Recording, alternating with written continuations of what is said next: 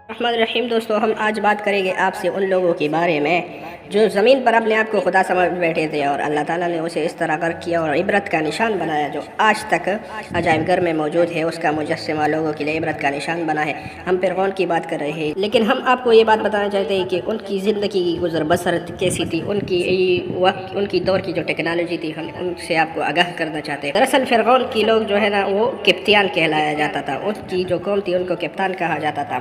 بنی اسرائیل اس وقت کپتانوں کی غلام تھے۔ فرعون ٹیکنالوجی اور سائنس میں ہم سے بہت آگے تھے۔ یہ 7000 سال قبل 700 کلومیٹر دور 1 کروڑ پتھر میں سر لائے تھے۔ ہر ایک پتھر 25 سے 2800 ٹن وزنی تھا۔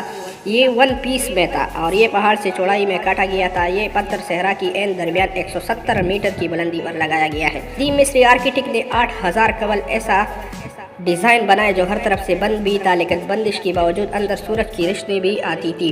اندر کا درجہ حرارت بھی باہر کی ٹمپریچر سے کم تھا۔ ان لوگوں نے 8000 سال قبل لاشوں کو محفوظ کرنے کا طریقہ بھی ایجاد کر لیا تھا۔ یہ خوراک کو 1000 سال تک محفوظ رکھنے کا طریقہ بھی جان گئے تھے۔ قاہرہ کے علاقے جیزہ کے بڑے اہرام میں 23 لاکھ بڑے پتھر ہیں۔ ابو الہول دنیا کا سب سے بڑا 1 پیس اسٹرکچر ہے اور یہ لوگ جانتے تھے کہ شہد دنیا کا واحد خوراک ہے جو کبھی خراب نہیں ہوتی۔ اہراموں میں 5000 سال پرانا شہد نکلا ہے اور یہ مکمل طور پر استعمال کرنے کا قابل ہے۔ یہ لوگ کمال تھے پر ان میں یہ خرابی تھی کہ یہ تکبر کرتے تھے، اس لیے ان لوگوں نے اللہ تعالیٰ کو یکتا ماننے سے انکار کیا۔ اللہ تعالیٰ کو تکبر پسند نہیں، چنانچہ یہ اللہ کی پکڑ میں آ گئے اور عبرت کی یوں نشان بن گئی کہ آج تک عبرت ہے۔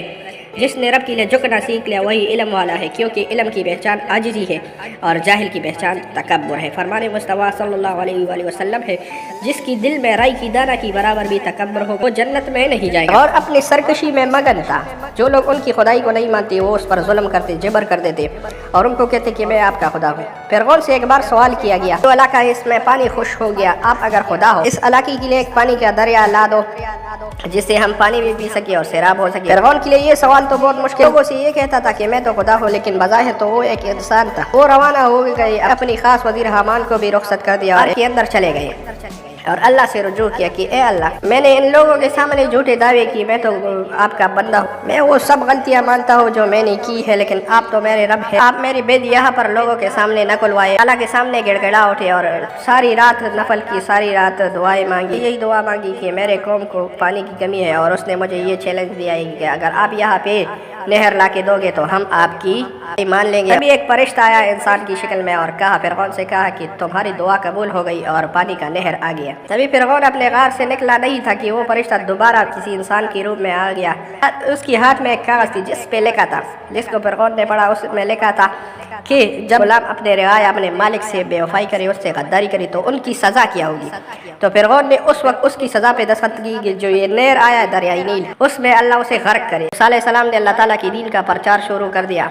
تبھی فرعون کو اس سے چڑ ہو گئی اور کہا کہ میں یکتا خدا ہوں، اور لوگوں کا بھی یقین آ گیا۔ کیا یہ نیل تو اس کی دعا کی بدولت آ گیا تھا، لیکن لوگ یہ سمجھ بیٹھے یہ نیل کو اسی نے لے آیا ہے اور یہ ہمارا خدا بن گیا۔ یہ فرعون کے موسیٰ علیہ السلام کے ساتھ جھگڑا ہو گیا۔ موسیٰ علیہ السلام کو اپنا علاقہ چھوڑنا پڑا۔ بنی اسرائیل دریائے نیل کے کنارے پر پہنچ گئے تو راستہ ہی نظر نہیں آ رہا تھا، ادھر سے فرعون کی فوج آ رہی تھی۔ تو اس نے یہ سوچا کہ ہم تو غرق ہو گئے، ہم تو تباہ ہو گئے، میں راستہ بن گیا۔ موسیٰ علیہ السلام اس راستے پہ نکل گئے۔ جب فرعون آیا دریا نیل کے کنارے، وہ بھی سمجھ گیا کہ دریا نیل میں راستہ بن گیا، وہ اسی راستے میں موسیٰ علیہ السلام کے پیچھے روا ہو گیا۔ جب دریا نیل کے درمیان پہنچا تو راستہ بند ہو گیا اور چاروں طرف سے پانی نے گھیر لیا۔ جب فرعون کو سے سمجھ میں آئے میں تو مرنے والا، تو وہی فرشتہ انسان کی شکل میں پھر آیا اور وہی کاغذ اس کو دکھایا۔ فرعون نے خود سائن کیا تھا، دستخط کیا تھا کہ جو بندہ اپنے مالک سے غداری کرے گا تو اس کی سزا یہی ہوگی۔ تبھی اس فرشتے نے دھکا لگایا۔ تبھی اللہ تعالیٰ نے اس سے وعدہ کیا کہ آپ کی لاش کو تا قیامت خاک میں نہیں ملاؤں گا، تا قیامت آپ کی لاش دنیا کے لیے عبرت کی نشان بنے گی، اور ابھی تک پڑا ہے وہ ملعون مصر کی عجائب گھر میں۔ والسلام۔ میں نے اس ویڈیو میں آپ سے 3 باتیں شیئر کی، ایک تکبر کی، ایک فرعون کی وقت کی ٹیکنالوجی کی، اور ایک فرعون کی سرکشی کی۔ آپ لوگ اگر ان سے کچھ سیکھنا چاہتے ہیں تو یہ ویڈیو پوری دیکھیں اور اس ویڈیو کو آگے شیئر کریں تاکہ دوسرے لوگوں کو بھی یہ مل جائے اور وہ اس ویڈیو سے کچھ